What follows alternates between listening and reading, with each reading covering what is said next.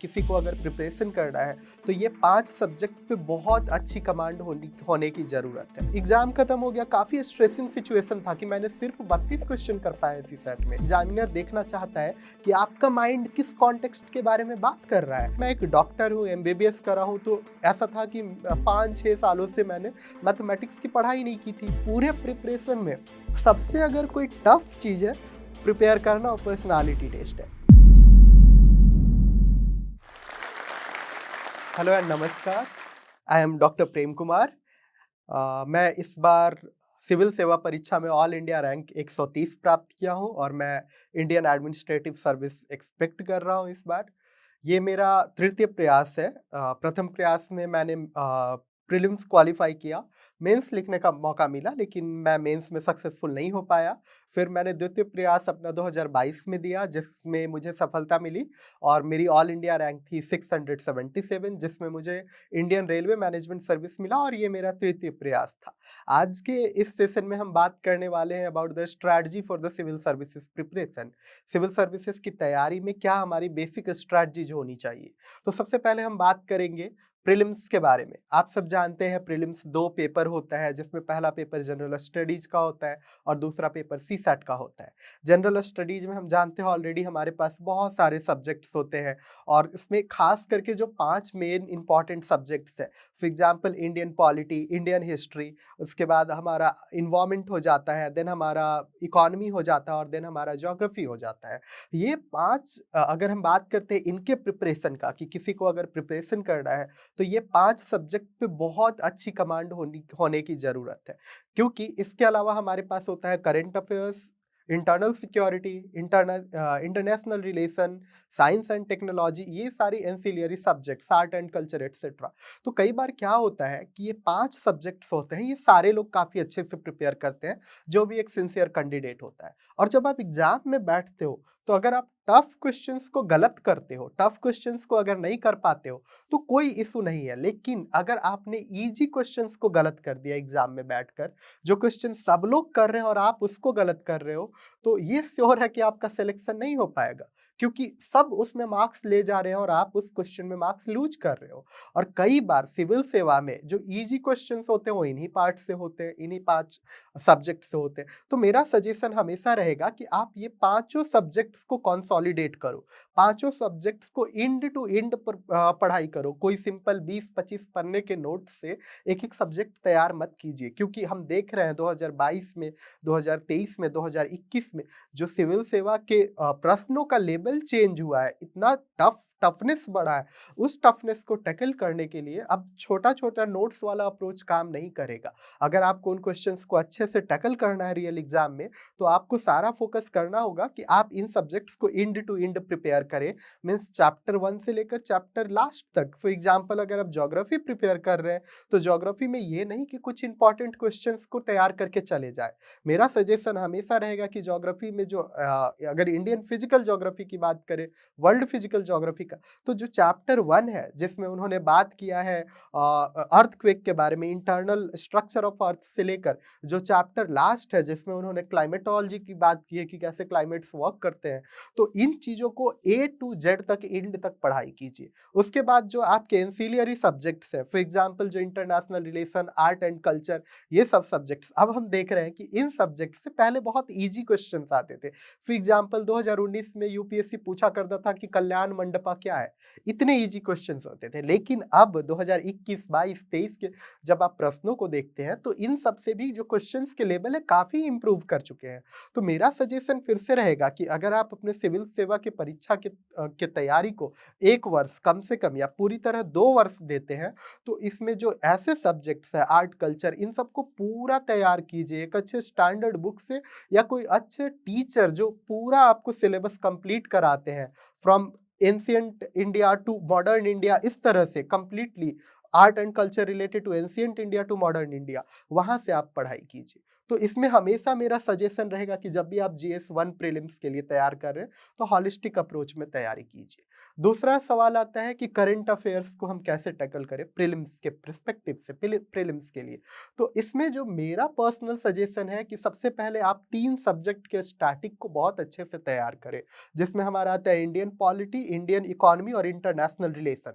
जब आप इन तीनों सब्जेक्ट के स्टैटिक को अच्छे से तैयार कर लेते हैं, तब आप न्यूज़पेपर उठाना चालू कीजिए। तब आप कोई भी न्यूज़ पढ़ोगे, कोई भी एडिटोरियल पढ़ोगे या कोई भी सेक्शन पढ़ोगे न्यूज़ का, तो आप पाओगे कि मुझे बहुत ईज़ी वे में ये न्यूज़ समझ में आ रहा है। अगर आपको पॉलिटी का बेसिक नॉलेज नहीं है, इकोनॉमी का बेसिक नॉलेज नहीं है, तो अगर न्यूज़ आता है इन्फ्लेशन के बारे में, न्यूज़ आता है जीडीपी डिफ्लेक्टर के बारे में, न्यूज़ आता है इंफ्रास्ट्रक्चर के बारे में, कुछ वर्ल्ड ट्रेड के बारे में, तो आपको कभी भी उस डेप्थ का नॉलेज और उस डेप्थ का मीनिंग नहीं समझ में आएगा न्यूज़पेपर से। तो जब आप बेसिक लेवल पे इन 3 सब्जेक्ट को तैयार करते हो, तब आप न्यूज़पेपर साथ-साथ पढ़ना चालू करो। और जब एग्ज़ाम नज़दीक आए, तो आप जैसे विज़न 365 या कोई भी कोचिंग का जो एक कंपाइल्ड करंट अफेयर का नोट्स होता है या बुकलेट होता है, आप एक बार रिवाइज़ कर लो, क्योंकि आप न्यूज़ में ऑलरेडी पढ़े होते हो। एक बार उनके थ्रू जाने से आपका एक रैपिड रिवीजन हो जाता है, ये पता चल जाता है कि कौन न्यूज़ इम्पोर्टेंट था, कौन न्यूज़ नहीं। तो ये हुई हमारी बात जीएस-1 के बारे में। अब हम बात करेंगे सीसैट के बारे में, क्योंकि हम देख रहे हैं 2019 के बाद से सीसैट का ट्रेंड काफ़ी चेंज हुआ है और ख़ास करके 2023 में तो सीसैट का लेवल ऐसा चला गया है कि इसमें बहुत कम लोग क्वालीफाई किए हैं। हार्डली ऐसा सुनने में आ रहा है कि 84-85,000 people has been able to qualify CSAT only, जबकि 6 लाख लोगों ने एग्ज़ाम दिया था। तो आप समझ सकते हैं कि सीसैट का टफनेस क्या है, लेवल क्या है। बात ये है कि हमें इन पेपर से, क्योंकि सीसैट एक क्वालीफाइंग पेपर है, डरने की ज़रूरत नहीं है। हमें सिर्फ़ एक चीज़ से डरने की ज़रूरत है, अगर हमने एक मिनिमम 33% क्वालीफाइंग क्राइटेरिया का प्रिपरेशन नहीं किया है तो। तो जो मेरी स्ट्रैटेजी थी इसको क्वालीफाई करने का, मैं आपको बताता हूँ कि मैंने सबसे पहले जब मैं प्रैक्टिस करता था सीसैट का, तो माइंड में बना रखा था कि पूरे सीसैट में हमें 2 घंटे मिलते हैं, जिसमें 2 पार्ट होते हैं। एक पार्ट कॉम्प्रिहेंशन का होता है और दूसरा पार्ट हमारा मैथमेटिक्स, रीजनिंग का होता है। चूँकि मैं एक डॉक्टर हूँ, एमबीबीएस कर रहा हूँ, तो ऐसा था कि 5-6 सालों से मैंने मैथमेटिक्स की पढ़ाई नहीं की थी, मुझे आइडिया नहीं था। तो मैं हमेशा जानता था कि जो मैथ्स वाला सेक्शन है वो मेरे लिए वीकर सेक्शन है और जो रीजनिंग कॉम्प्रिहेंशन है वहाँ मैं काम कर सकता हूँ। तो जब भी मैं न्यूज़पेपर पढ़ता था, द हिंदू पढ़ता था, तो करता ये था कि जैसे अगर 2 पैराग्राफ का द हिंदू में न्यूज़ है, तो सबसे पहले मैं सपोज़ एक पैराग्राफ में 3 लाइन्स है, तो उन तीनों लाइन का एक कॉमन मीनिंग निकालता था। सेम सेकंड पैराग्राफ में अगर 3 लाइन्स है, तो उसका भी एक कॉमन मीनिंग निकालता था और दोनों के कॉमन मीनिंग को कंपाइल करके एक मेन क्या पूरा पैराग्राफ कहना चाह रहा है, उसको निकालता था। तो इस तरह से मैं कॉम्प्रिहेंशन का प्रैक्टिस करता था, साथ-साथ कॉम्प्रिहेंशन में पीवाईक्यू का बहुत इंपॉर्टेंट रोल है, क्योंकि जिस लेवल का पीवाईक्यू यूपीएससी ने पूछ रखा है, मैं इतने कोचिंग्स का मॉक दिया, मुझे वो लेवल ऑफ कॉम्प्रिहेंशन नहीं मिला। तो मेरा हमेशा सजेशन रहेगा कि आप 10 इयर्स का पीवाईक्यू को ज़रूर यूज़ करें फॉर सीसैट प्रिपरेशन। दूसरा पार्ट है मैथमेटिक्स, तो जब मैं ये तैयारी करता था, उस टाइम मैं दिमाग में बहुत क्लियर स्ट्रक्चर बना रखा था कि मैं 1 घंटा पूरे के पूरे कॉम्प्रिहेंशन को दूँगा और 1 घंटा मैथमेटिक्स को दूँगा। ऐसा नहीं होगा कि मैं कॉम्प्रिहेंशन मुझे पसंद है, तो उसको 1.5 घंटा दूँगा और मैथ्स पसंद नहीं है, तो जस्ट आधा घंटा में करने का कोशिश करूँगा। क्योंकि हमें ये नहीं पता होता कि किस साल कौन-सा पोर्शन टफ आ जाए। इस साल ऐसा था कि मैथ्स वाला पोर्शन काफ़ी टफ था, हो सकता है नेक्स्ट ईयर कॉम्प्रिहेंशन वाला पोर्शन काफ़ी टफ हो जाए। अगर आप सोचो कि कॉम्प्रिहेंशन टफ हो जाए और मैं 1.5 घंटा कॉम्प्रिहेंशन को देता, तो वहाँ मैं लूज़ करता और मैथ्स की ईज़ी क्वेश्चंस भी 30 मिनट में बहुत कम कर पाता, तो मैं ऐसे ही रेस से बाहर था। तो हमेशा आपको एक बैलेंस स्ट्रैटेजी रखनी है सीसैट को लेकर और कॉम्प्रिहेंशन के साथ-साथ मैथ्स वाले पोर्शन को भी ध्यान देना है। मुझे याद है जब मैं ये अपना 2023 का पेपर दे रहा था सीसैट का, तब मैं पहले कॉम्प्रिहेंशन कर लिया एग्ज़ैक्ट 1 घंटे में। फिर जब मैथ्स वाले सेक्शन के पेजेज़ पलटने लगे, तो पहला पेज पलटा, उसमें 8 प्रश्न थे, मुझे एक भी नहीं आता था। तो मुझे लगा चलो कोई बात नहीं, पहला पेज है, इसमें हो सकता है मुझे एक भी क्वेश्चन नहीं आ रहा हो, नेक्स्ट तो बहुत आएँगे। मैंने दूसरे पन्ने पलटे मैथ्स वाले सेक्शन का, उसमें भी एक भी क्वेश्चन नहीं आ रहा है। फिर मुझे थोड़ा डिसोनेंस हुआ कि मे बी पेपर टफ है क्या? मैंने थर्ड पेज पलटा, फिर भी 8 में से एक भी क्वेश्चन नहीं हुए। फिर काफ़ी ज़्यादा स्ट्रेसिंग सिचुएशन हो गया इन द मिड एग्ज़ाम। मैंने 1 मिनट लिया, अपने आप को काम किया कि कोई नहीं, 27 क्वेश्चंस तो मैंने उधर कर रखे हैं, मुझे और 12-13 क्वेश्चन करने हैं, मैं खोजूँगा तो मुझे अपने काम का क्वेश्चन ज़रूर मिलेगा। और मैंने फिर और फ़ोकस किया, मैंने देखना चालू किया कि कौन-सा क्वेश्चन मेरे काम का है, जो मेरे से होने लायक है। और हार्डली मेरे को 5 क्वेश्चन्स और ऐसे मिले जो मेरे से होने लायक था। मैंने उन 5 क्वेश्चन्स को किया, तो मेरे टोटल 32 क्वेश्चन, अभी भी मैं 8 क्वेश्चन नहीं कर पाया। तो ज एग्ज़ाम खत्म हो गया, काफ़ी स्ट्रेसिंग सिचुएशन था कि मैंने सिर्फ़ 32 क्वेश्चन कर पाया इसी सेट में। मैं काफ़ी टेंस था कि पता नहीं प्रीलिम्स होगा भी कि नहीं होगा। लेकिन जब प्रीलिम्स का रिज़ल्ट आया तो मैं सोचा कि आई एम फॉर्च्यूनेट इनफ, हो सकता है कि 0.5 मार्क्स, 1-2 मार्क्स से ज़्यादा लाकर मैंने सीसैट क्वालीफाई कर लिया। बट जब रिज़ल्ट आया तो मेरे सीसैट के मार्क्स से 72.5 मीन्स 5 नंबर ज़्यादा है। इसका मतलब ये है कि मैंने जितने अटेम्प्ट किए ऑलमोस्ट सही है। तो आप जो प्रैक्टिस करते हो, उस पे बहुत ज़्यादा भरोसा होना चाहिए। अब मुझे रियलाइज़ होता है, ये सारे क्वेश्चन तब सही हुए, किसके कारण? मेनली कॉम्प्रिहेंशन के कारण। और कॉम्प्रिहेंशन में इतना स्ट्रॉन्ग करके गया था, कैसे? न्यूज़पेपर को पढ़ के एक कॉमन मीनिंग निकाल कर, और दूसरा प्रीवियस ईयर क्वेश्चन को कर कर, और उस पर काफ़ी कॉन्फिडेंस था। तो जब आप कोई भी प्रिपरेशन कर रहे हो, किसी भी पेपर का, पेपर 1 और 2 का, आप एक कॉन्फिडेंस डेवलप करो, तो आप पूछोगे ये कॉन्फिडेंस आएगा कैसे? इसका बेस्ट तरीका है जज करने का, प्रीवियस ईयर क्वेश्चंस को टेस्ट के माहौल में बैठकर सॉल्व करो। पूरे 2 घंटा कहीं बैठ जाओ, एक ओएमआर सीट खरीद लो, और उसको प्रैक्टिस की तरह मत करो, उसको रियल टेस्ट की तरह इम्यूलेट करो, और फिर देखो कि आपको कहाँ किस क्वेश्चन में स्ट्रेस आ रहा है, 2 घंटे में पूरे पेपर कंप्लीट हो रहे हैं कि नहीं, 2 घंटे में आप अ, कितने क्वेश्चंस कर पा रहे हो, कितने मार्क्स आ रहे हैं, तब आपको एक होलिस्टिक पिक्चर मिलेगा प्रिपरेशन का। ऐसा नहीं कि आप सिर्फ 5 क्वेश्चन सॉल्व करो और नहीं हो रहा है तो आप परेशान हो जाओ कि मुझे कुछ नहीं आता है। ऐसा नहीं करना है। अब हम बात करेंगे मेंस के प्रिपरेशन के लिए स्पेशली, और जिसमें हम सब्जेक्ट वाइज़ थोड़ा बात करेंगे। तो जो मेन सब्जेक्ट है उनको रुक कर सबसे पहले हम लैंग्वेज पेपर की बात करेंगे, क्योंकि बहुत सारे हिंदी मीडियम के स्टूडेंट्स हैं, जब वो इंग्लिश पेपर लिखते हैं जो कि कंपल्सरी होता है, उसमें भी हार्डली आउट ऑफ 375 मार्क्स लाने होते हैं, काफ़ी कम मार्क्स लाने होते हैं।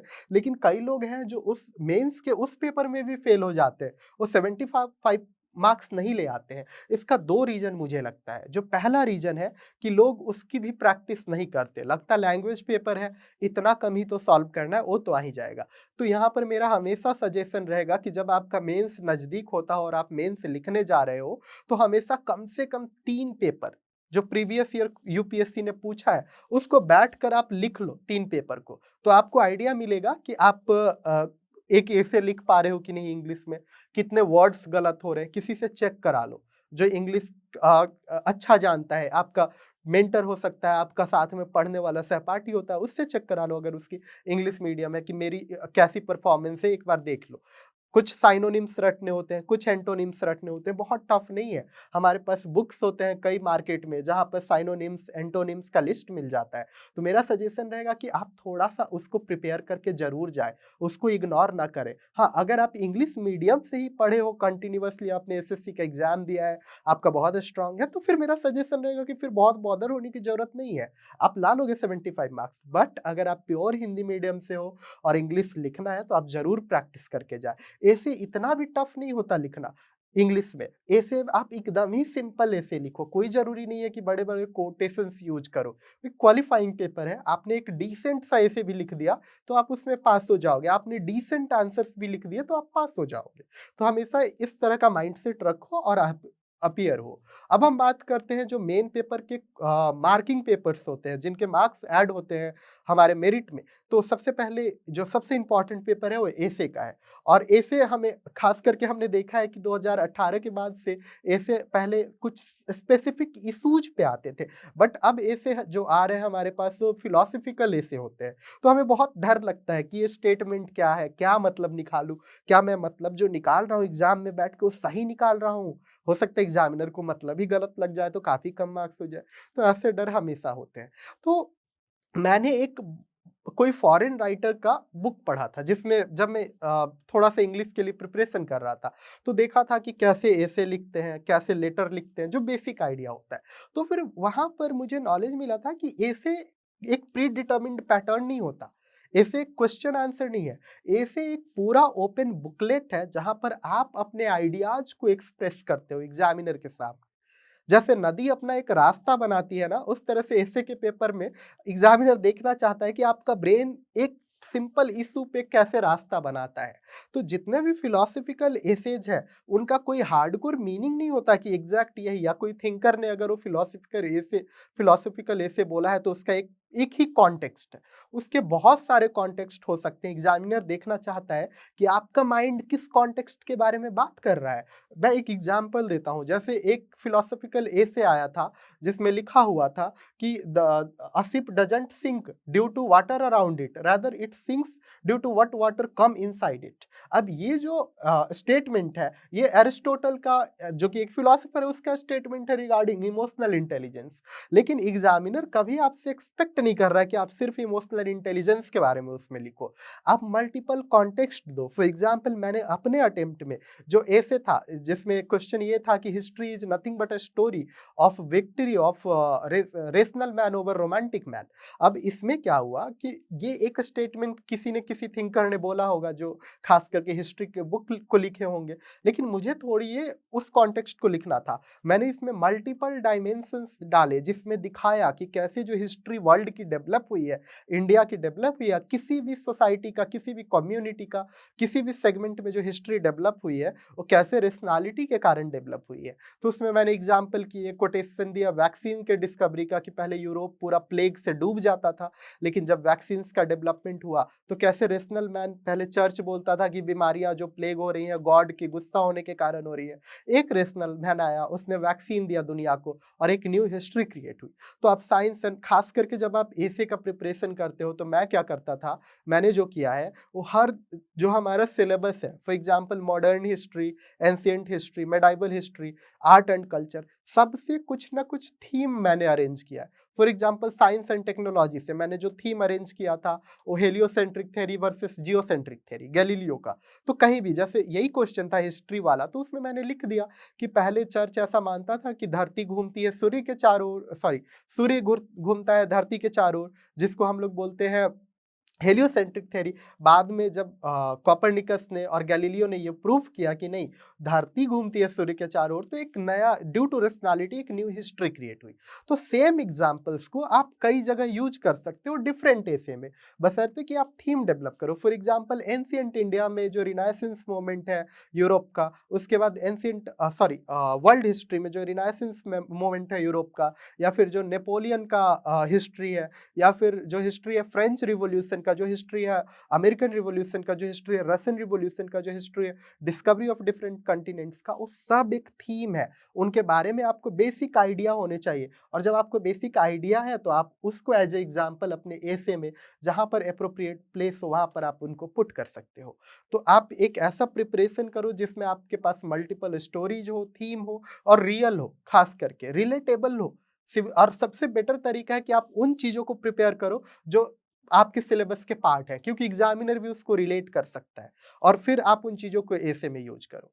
अब मैं बात करना चाहता हूँ जीएस पेपर्स के बारे में। हम जानते हैं कि 4 पेपर हैं। अगेन मेरा सजेशन यही रहेगा जीएस पेपर के बारे में कि जब आप प्रिपरेशन करते हैं, तो आप छोटे-छोटे नोट्स वाले अप्रोच में प्रिपेयर ना करें। आप शुरू से अंत तक प्रिपेयर करें। आप जानते हैं कि एनसीईआरटीज़ काफ़ी इम्पोर्टेंट रोल प्ले करती हैं। उसके बाद कई टीचर्स हैं हमारे इस यूपीएससी के फील्ड में जो काफ़ी अच्छा पढ़ाते हैं। ख़ास करके मैंने अपने प्रिपरेशन के लिए अ, मैं इसी मंच से बहुत सारे टीचर्स को भी थैंक यू बोलना चाहता हूँ, जिनका इम्पोर्टेंट रोल रहा है। फॉर एग्ज़ाम्पल मैंने ज्योग्राफ़ी प्रिपरेशन किया, सुदर्शन गुर्जर सर, प्रतीक नायक सर, और उसके बाद मैंने इंडियन पॉलिटी ख़ास करके प्रिपरेशन किया अनअकैडमी के प्लेटफ़ॉर्म से। पवनीत सर, जिन्होंने मुझे काफ़ी हेल्प किया प्रिपरेशन में, ख़ास करके इंटरनल सिक्योरिटी और इंटरनेशनल रिलेशन, क्योंकि सर का एक चैनल भी है, वो काफ़ी अच्छा पढ़ाते हैं। तो ये अब यही है कि आप कहाँ से नॉलेज को इवॉल्व कर पाते हो अपने। कई लोग बुक पढ़ते हैं, मैं सजेस्ट करता हूँ आप पढ़ो, बट जो मेरा प्रॉपर सजेशन है कि जब आप प्रिपरेशन स्टार्ट करते हो, तो सबसे पहले वीडियो अप्रोच पे जाओ। सबसे पहले एक कहीं से ऐसा नॉलेज लो जो अंडरस्टैंडेबल हो। जब आप एनसीईआरटी पढ़ते हो तो एक बार की रीडिंग में हमें बहुत कुछ समझ में नहीं आता, लेकिन एक टीचर क्या करता है, जो इम्पोर्टेंट चीज़ है वो हमें पढ़ा देता है। तो मुझे पर्सनली ये लगता है कि जब हम कोई टीचर से नॉलेज लेते हैं, तो एक कॉन्टेक्स्ट को समझा देता है। बस हम उसके बाद जब बुक पे बुक को रेफर करते हैं तो हमें बुक बहुत ईजिली समझ में आता है। तो मेरा सजेशन मे बी आपको थोड़ा हेल्प करे कि आपका समय बच पाए, क्योंकि आप अपना प्रिपरेशन ही स्टार्ट करोगे डायरेक्ट बुक पढ़कर तो आपको पता चलेगा शुरू के 2 महीने आपने पूरे बुक पढ़ लिए अगर आप 8-8 घंटे पढ़ रहे हो तो, लेकिन दिमाग में तो रहा कुछ नहीं। तो वो पूरे 2 महीने का क्या फ़ायदा? तो इस तरह से एक अगर आपको कहीं से प्रॉपर गाइडेंस मिल जाए तो आपके लिए काफ़ी बेटर है, जैसा कि मेरे केस में मिला। जहाँ तक बात है अब मैं बात करता हूँ जीएस 1 की जिसमें डिफरेंट सब्जेक्ट्स हैं। जैसे मेरा ज्योग्राफी काफ़ी स्ट्रॉन्ग था, मैंने काफ़ी मेहनत किया था। उसी तरह से पॉलिटी, तो जो कोर सब्जेक्ट्स हैं उनको आप काफ़ी स्ट्रॉन्ग करो। बात करते हैं आंसर राइटिंग का, तो जहाँ तक मेरा सजेशन है आंसर राइटिंग के बारे में, क्योंकि कई लोग मुझसे पूछे हैं कि सर आंसर राइटिंग किस स्टेज में करना चाहिए या किस तरह से करना चाहिए। मेरा सजेशन है कि आंसर राइटिंग का एक फॉर्मेट होता है इंट्रो, बॉडी, कंक्लूजन। और जब आपका कंटेंट काफ़ी अच्छा होता है, जब आप अपने कंटेंट को काफ़ी अच्छे तरीके से प्रिपेयर करके रखते हो, तो जब आप आंसर लिखने बैठते हो तो आपका माइंड ऑटोमेटिकली एक अच्छा इंट्रोडक्शन, बॉडी और कंक्लूजन प्रिपेयर करता है। दिक्कत उन लोगों को होती है जिनके पास उस क्वेश्चन के रिगार्डिंग कंटेंट नहीं है, नॉलेज नहीं है, इसमें लिखे क्या? फिर वो भटकते हैं कि हमें क्या इंट्रो बनाना चाहिए, क्या बॉडी बनाना चाहिए, क्या कंक्लूजन बनाना चाहिए। तो ये बहुत बड़ा इश्यू है। इसमें मैं ये बोलूँगा कि सबसे पहले आप जितने भी सब्जेक्ट हैं मेंस के लिए, उसको कंप्लीट करो। जब आप मेंस का सब्जेक्ट कंप्लीट कर लिए, हो सकता है उसमें आपको 8-9 महीने लगे। जब आपने उसको कंप्लीट कर लिया, तो आप प्रीलिम्स के जस्ट जैसे फॉर एग्ज़ाम्पल अगर कोई जून से प्रिपरेशन स्टार्ट करता है, तो मेरा सजेशन रहेगा दिसंबर तक आप अपने पूरे सब्जेक्ट्स को अच्छे से कंप्लीट करो, रिवीजन करो। तब तक आंसर राइटिंग करने की ज़रूरत नहीं है। जब आपने कर लिया जनवरी तक, तो जनवरी, फरवरी 2 महीने आप यूपीएससी का जो प्रीवियस ईयर क्वेश्चन्स है मेंस का, उसको फोकस करो, उसका आंसर राइटिंग करना चालू करो। जब आप 2 महीने कर लो, फिर रुक जाओ और अपनी सारी तैयारी को प्रीलिम्स ओरिएंटेड कर लो, क्योंकि जब आप प्रीलिम्स पास करोगे तभी तो मेंस लिख पाओगे। प्रीलिम्स की तैयारी करो और जिस दिन आपका प्रीलिम्स खत्म हो, उसके 2 दिन का गैप लो, थोड़ा रेस्ट करो, माइंड को रेस्ट दो। तीसरे दिन से आप लग जाओ और पर डे 5 क्वेश्चन जीएस के और 5 क्वेश्चन अपने ऑप्शनल के, 10 क्वेश्चन 1.5 घंटे। 1.5 घंटे 3 महीने एकदम डेडिकेट कर दो, क्योंकि रियल मेंस के 2 साल पहले से लिखने का बहुत भी फ़ायदा नहीं है। आपका ब्रेन एक लेवल तक ही आंसर्स को बहुत अच्छा कर सकता है, उसके बाद एक प्लेट्यू आ जाएगी। तो मेरा हमेशा सजेशन रहेगा कि आप 2 महीने पहले प्रीलिम्स के पहले प्रैक्टिस करो आंसर राइटिंग, एंड प्रीलिम्स जब दे लो, चूँकि अब 3 महीने में नेक्स्ट आपका रियल एग्ज़ाम है, उस टाइम आंसर राइटिंग को रोज़ 1.5 घंटे नियम बनाकर प्रैक्टिस करो। इसके अलावा टेस्ट सीरीज़ तो है ही मेंस के लिए, उनको करो, तो आप में बहुत ड्रास्टिक इम्प्रूवमेंट आएगा। तो ये मेरा सजेशन रहेगा रिगार्डिंग आंसर राइटिंग। और थोड़ी-सी मैं बात करना चाहूँगा ऑप्शनल के रिगार्डिंग, क्योंकि ऑप्शनल काफ़ी इम्पोर्टेंट रोल प्ले करता है आपके सिलेक्शन में, और सिलेक्शन से ज़्यादा आपके रैंक में भी काफ़ी रोल प्ले करता है। तो जैसे मैंने पिछली बार जो मेरा ऑप्शनल, चूँकि मेरा ऑप्शनल एंथ्रोपॉलॉजी है, पिछली बार मेरे ऑप्शनल में केवल 238 मार्क्स थे, लेकिन इस बार मेरे ऑप्शनल में 290 मार्क्स हैं। मीन्स मैंने लगभग 50-52 मार्क्स अपने इम्प्रूव कर लिए। तो उसका जो मेन रीज़न रहा, क्योंकि मुझे पता था कि लास्ट ईयर ऑप्शनल मेरा अच्छा से प्रिपेयर्ड नहीं है। इस बार मेंस के पहले 1.5 महीने मैंने कंप्लीटली अपने ऑप्शनल को दिया। अब बात करते हैं ऑप्शनल में क्या स्टैंडर्ड होना चाहिए। तो मेरा जहाँ तक अब तक का अनुभव है regarding the standards of UPSC optional, कि वो समवेयर अंडर ग्रेजुएट से लेकर पोस्ट ग्रेजुएट के बीच का नॉलेज आपसे डिमांड करते हैं।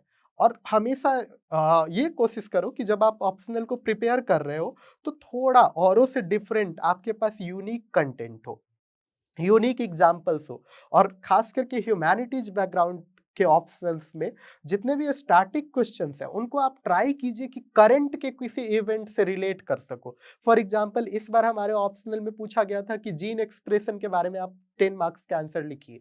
तो मैंने जीन एक्सप्रेशन एक बहुत ही स्टैटिक क्वेश्चन है, बट मैंने उसको रिलेट किया कोविड-19 के वैक्सीन मैन्युफैक्चरिंग से, या फिर मैंने उसको रिलेट किया डिफरेंट अदर वैक्सीन मैन्युफैक्चरिंग से। तो एक स्टैटिक टॉपिक को करंट से रिलेट करते हैं, तो हमारे आंसर को थोड़ा डिफरेंट बनाता है, और ये थोड़े-थोड़े मार्क्स आपको काफ़ी मदद करते हैं। दूसरा चीज़ कि जब आप ऑप्शनल प्रिपेयर कर रहे हो, तो आप जो ट्रेडिशनल बुक्स हैं, उसके अलावा थोड़ा और कंटेंट देखो। जैसे गूगल स्कॉलर्स पे बहुत सारे कंटेंट अवेलेबल है, या फिर पियर्सन पब्लिकेशंस के बुक्स होते हैं, हर सब्जेक्ट के बुक्स होते हैं। उसमें मैंने देखा है खास करके ज्योग्राफी, पॉलिटिकल साइंस, हिस्ट्री, इन सब के बुक्स बहुत अच्छे लेवल के हैं। उनमें अलग-अलग बॉक्सेस होते हैं, एग्जाम्पल्स होते हैं। एंथ्रो में जैसे इम्बर एंड इम्बर हो गया, देन फिजिकल एंथ्रो का क्रियाग स्टैनफोर्ड का बुक आता है। काफ़ी डिफरेंट है, कोई नहीं पढ़ता, जबकि इतना ल्यूसिड उसका लैंग्वेज है, इतना ईज़ी है। आप एक बार पढ़ो, थोड़ा जो यूनिक कंटेंट है उसको अपने नोट्स में ऐड करो, उसको अपने आंसर्स में ऐड करो, आप एक रिमार्केबल डिफरेंस पाओगे। अब मैं बात करना चाहता हूँ थोड़ा-सा पर्सनैलिटी टेस्ट के बारे में, और जहाँ तक मेरा पर्सनल अनुभव है, मुझे जो लगता है कि पूरे प्रिपरेशन में सबसे अगर कोई टफ चीज़ है प्रिपेयर करना, वो पर्सनैलिटी टेस्ट है। बट सबसे ज़्यादा एन्जॉयिंग एंड रिलैक्सिंग भी है। तो दोनों चीज़ है इसके पास। टफ क्यों है? क्योंकि आपको बहुत सारा चीज़ प्रिपेयर करना होता है।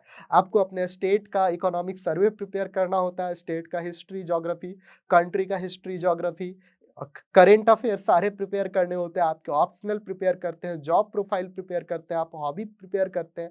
कुछ भी आप प्रिपेयर करते हो, डेप्थ में प्रिपेयर करते हो, काफ़ी टाइम लगता है, काफ़ी एफर्ट लगता है, तो काफ़ी मेहनत है। लेकिन एन्जॉयिंग भी है, बिकॉज़ आप कई पीपल से इंटरैक्ट करते हो, कई सीनियर डिप्लोमेट्स हो गए, ब्यूरोक्रेट्स हो गए, जब आप मॉक देते हो तो उनसे इंटरैक्ट करते हो, तो काफ़ी इनरिचिंग एक्सपीरियंस होता है। क्योंकि अब तक आप सिर्फ और कॉपी मोड में थे, पेन पेपर मोड में थे, लेकिन अब आप डायरेक्ट इंटरैक्टिव मोड में आ रहे हो, तो उसमें काफ़ी एन्जॉयिंग होता है। तो पर्सनैलिटी टेस्ट, और एक चीज़ और है, जैसे जब हम प्रिपेयर कर रहे थे, तो कई लोग बोलते थे कि जब आप पर्सनैलिटी टेस्ट में आप पर्सनैलिटी को बहुत नहीं बदल सकते हो। जो आपकी पर्सनैलिटी रियल है, वो रियल है, और ये चीज़ सच्चाई है, क्योंकि वहाँ पर मैंने देखा, वो एकदम ही जज नहीं करते कि आपका बैकग्राउंड क्या है, आप कहाँ से हो, कैसे हो। वो सिर्फ़ ये देखते हैं कि आप उस मोमेंट पे कैसे उनको रिस्पॉन्ड कर रहे हो। कई बार ख़ास करके यूपीएससी बोर्ड को मैं बहुत थैंक्स बोलता हूँ, क्योंकि उनका बोर्ड काफ़ी रियल होता है, कोई स्ट्रेस फ़ील नहीं होता। क्योंकि एज़ अ मेडिकल ग्रेजुएट मैं कई वाइवा दिया हूँ, मेडिकल एग्ज़ाम्स में वाइवा होते हैं हर सेमेस्टर्स में। वो बहुत स्ट्रेसिंग होते थे, बहुत बनावटी क्वेश्चन्स होते थे, हालाँकि मेडिकल रिलेटेड होते थे। ऐसा लगता था कि सच में वो एक वाइवा है। बट रियल इंटरव्यू यूपीएससी का आप दोगे तो आपको पता चलेगा कि ये वाइवा है ही नहीं, it's a very smooth conversation. कई जगहों आपसे एग्री करेंगे, कई जगह डिसएग्री करेंगे, कई बार हँसेंगे, कई बार इंसिस्ट करेंगे। जैसे हम अपने सीनियर से टॉक कर रहे होते हैं, उस तरह से होता है। तो उस केस में आपको अपने आप को नेचुरल रखना बहुत ज़रूरी होता है। लेकिन साथ-साथ, नेचुरल होने के साथ-साथ आप अपने कम्युनिकेशन स्किल पे ज़रूर काम कर सकते हैं। क्योंकि कम्युनिकेशन के थ्रू ही तो आप किसी को अपने आप में इंटरेस्ट जगा सकते हो।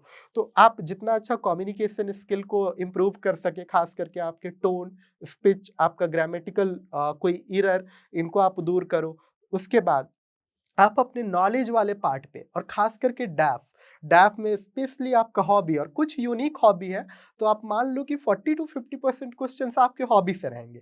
तो अगर आप सिविल सेवा में आना चाहते हो और जानते हो कि इंटरव्यू एक फेज है, तो आपको ऐसा होना चाहिए कि एक हॉबी नर्चर करो, शुरू से नर्चर करो, थोड़ा टाइम दो। ऐसा नहीं है कि हॉबी में कोई बहुत बड़ा हॉबी आप नर्चर करो, कोई ज़रूरी नहीं है। छोटे हॉबीज होते हैं, काफ़ी अच्छे होते हैं। क्योंकि ऐसा होता है कि आप 7 घंटे, 8 घंटे पढ़ते हो, तो माइंड को भी थोड़ा रिलैक्सेशन चाहिए। उस कॉन्टेक्स्ट में अगर आप कोई हॉबी नर्चर करते हो 30 मिनट्स का, 40 मिनट्स का, 45 मिनट्स का, तो काफ़ी रिलैक्सिंग होता है, और वो नॉलेज ग्रेजुअली आपके इंटरव्यू में रिफ्लेक्ट होती है। अगर आप झूठ बोलोगे, 10 दिन की हॉबी नर्चर करके बोलोगे मैं बहुत जानता हूँ, तो पहचान जाते हो। ऐसा क्वेश्चन ही आपसे पूछेंगे कि पता चल जाएगा कि आप में डेप्थ काफ़ी कम है, आप हॉबी को रियल हॉबी आप नहीं लिखे हो। तो इस कॉन्टेक्स्ट में सजेशन रहेगा कि हॉबी पर कुछ बेसिक चीज़ें, पर्सनल जो इंटरपर्सनल स्किल्स हैं, बात करने की स्किल्स हैं, नॉलेज, कंटेंट, इन पे आप ज़रूर फोकस करना इंटरव्यू के टाइम में, और मॉक्स काफ़ी हेल्प करते हैं, आप ज़रूर मॉक्स ट्राई करना। तो ये टोटल सजेशन है, कुछ स्ट्रैटेजी है मैंने बताया यहाँ पर regarding the civil services preparation इस जोश टॉक के माध्यम से। तो मैं जोश टॉक को भी एक बार बहुत आई वांट टू से अ बिग थैंक्स, क्योंकि कई million students are preparing for this civil services examination, कुछ हिंदी मीडियम से, कुछ इंग्लिश मीडियम से, दे उन सभी को गाइडेंस चाहिए। मुझे भी कहीं न कहीं से मिला था, और मैं अपनी बातें खास करके स्ट्रैटेजी के बारे में, जो मुझे एक successful candidate I can say बनाने में मदद किया in the civil services examination, उस गाइडेंस, उस पाथवे, उस स्ट्रैटेजी को यहाँ से रख पाया हूँ। इसके लिए मैं जोश टॉक को भी बहुत-बहुत थैंक्स बोलता हूँ। जय हिंद, जय भारत। हेलो एस्पिरेंट्स, हम में से बहुतों का सपना है आईएएस ऑफिसर बनना, लेकिन ये जर्नी बहुत मुश्किल है। हम प्रिपरेशन कहां से स्टार्ट करें, कौन सा स्टडी मटेरियल यूज करें, कोचिंग ले कि नहीं। हमारे मन में बहुत क्वेश्चंस हैं, लेकिन हमारे पास शायद गाइडेंस पाने का जरिया नहीं है। और इसलिए बहुत एस्पिरेंट्स ने जोश से रिक्वेस्ट किया कि क्या जोश टॉक्स एस्पिरेंट्स को हेल्प कर सकता है उनकी इस जर्नी में। जोश टॉक्स पर बहुत ब्यूरोक्रेट्स और अनेक टीचर्स और कोचिंग्स आती हैं अपनी कहानियां सुनाने। जोश टॉक्स ने उन्हें रिक्वेस्ट किया कि क्या ये कोचिंग्स जोश की फैमिली से बात करेंगे और हमारे डाउट्स सॉल्व करेंगी। डाउट्स जैसे कि प्रिपरेशन कैसे स्टार्ट करें, कोचिंग ले कि नहीं, कौन सी कोचिंग ले, ऑफलाइन या ऑनलाइन, कौन से स्टडी मटेरियल यूज करें, क्या कोचिंग फीस में कुछ माफी हो सकती है। तो एक कोचिंग और मान गई है, ensure IAS by IRS Sachin Jain. अब हमें कांटेक्ट करेंगी और हमारे क्वेश्चंस को आंसर करने में हेल्प करेंगी। हम इंश्योर IAS से अपने सारे डाउट्स पूछ सकते हैं और घर बैठे अपने क्वेश्चंस को आंसर कर सकते हैं। इसके अलावा जोश टॉक्स ने ensure IAS by IRS Sachin Jain से ये भी बात की और रिक्वेस्ट की कि क्या वो जोश की फैमिली के लिए अपनी फीस में कुछ डिस्काउंट कर सकते हैं। तो आज मुझे बहुत ही खुशी है हम सबके साथ ये शेयर करने की कि वो मान गए हैं। जोश टॉक्स और भी टीचर से रिक्वेस्ट कर रहा है कि वो जोश के स्टूडेंट्स को घर बैठे फोन पर गाइडेंस और इंफॉर्मेशन प्रोवाइड करें। तो नीचे एक फॉर्म दिया गया है। अगर हम चाहते हैं कि हमें इस कोचिंग इंस्टीट्यूट से फोन आए तो हम अपना नाम और नंबर शेयर कर सकते हैं। आपको जब फोन आए तो मेंशन करना मत भूलना कि आप जोश फैमिली के पार्ट हैं, ताकि आपको फीस पर एक्स्ट्रा डिस्काउंट मिल पाए। Best of luck to all aspirants. Josh हमेशा हमारे साथ खड़ा है। जय हिंद।